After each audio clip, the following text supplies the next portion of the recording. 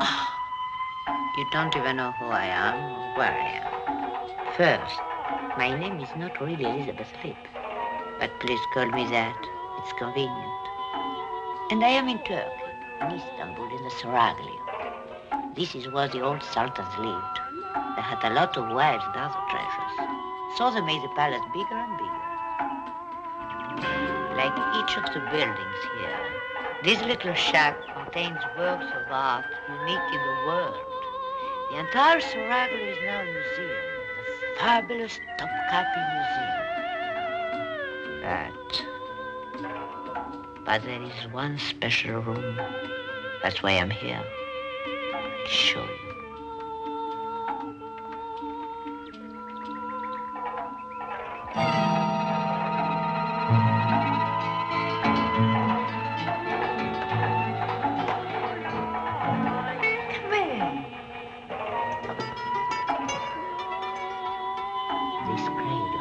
Pearls, rubies, and pure solid gold. This is the famous throne of Shah Ismail. No king or emperor ever sat on a throne more precious. From every corner of the earth, gifts made to the Turkish Empire. But I will give you all of them for just one dagger, encrusted with diamonds. Four greatest emeralds the world has ever known. Dazzling, flawless. All four are priceless. There is one that is perfection. It has life, it is warm, it has nerves, senses. Oh, forgive me. A strange thing happens to me. Difficult to explain. All right.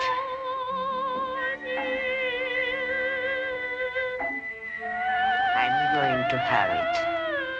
It's going to be mine.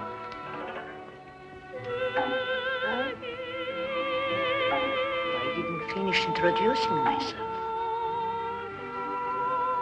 I am a thief. Honest. The universe Ihre Eltern gehören zu den reichsten is a Leuten in pluralistic Spanien. unity. It's difficult for us to understand, but though the universe is composed of 1,000 parts, they are brought back to unity by God, who lives in them. And in this unity, opposites coincide. Heat and cold, light and shadow, high and low. We think of these as contradictions, but they coexist in the universe and are rational, for in the universe, as in God, opposites are harmonious, at one and the same time containing the reason for their own being and for their Ihre Eltern gehören zu den reichsten Leuten in Spanien. Truth is in the one, which is absolute, singular, and infinite. But human knowledge is relative, multiple, limited. It is only an approximation, and every science is merely a conjecture. When one can admit that God and the universe are unknowable, the only remaining path is that of the unknowing sage and his constant, organic study of conjecture.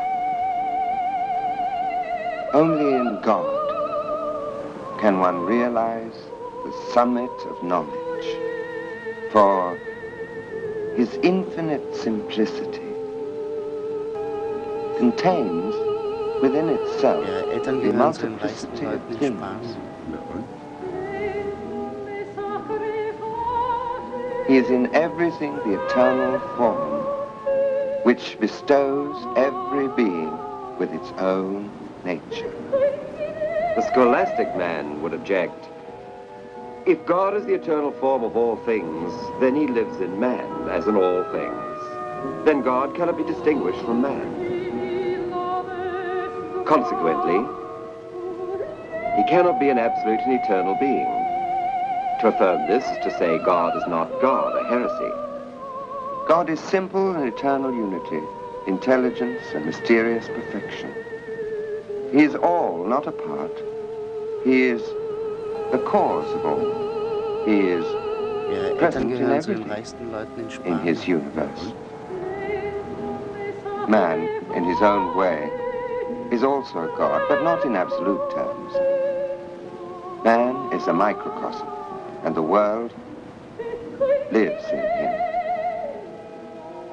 The human God is a unity of power and act, separate facts of reality, according to Aristotle and the scholastic mind, which perfectly coincide. I am convinced that just as when our eyes look through a red glass and see everything as red, the human mind's eye cannot look at God except through the mind of man. Therefore, man can only see a God who conforms to human limits. If a lion were to give God a face, he would give him the face of a lion. An ox would give him the face of an ox. An eagle, an eagle's head.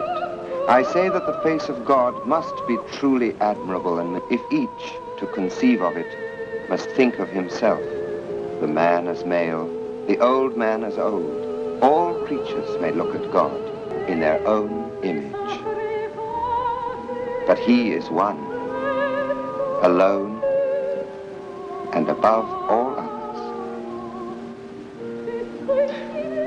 All that you say is fascinating, yet also obscure and difficult to comprehend. In you, both clarity and obscurity touch. As you say, they are opposites which coincide. To better understand my discussion, read a text which your friend Nicoli certainly has in his library. One, by Plotinus. My greatest delight is in reading. I've read your book, Very Learned Ignorance, and I was fascinated. However, now that the councils of Basel and Ferrara are to be transferred to Florence, it is ever more difficult for me to take refuge in the library of some friend. However, I'll try to do so. Your subtle discourse may perhaps take us far from the clarity of Aristotelian logic into the cloudy world of dreams.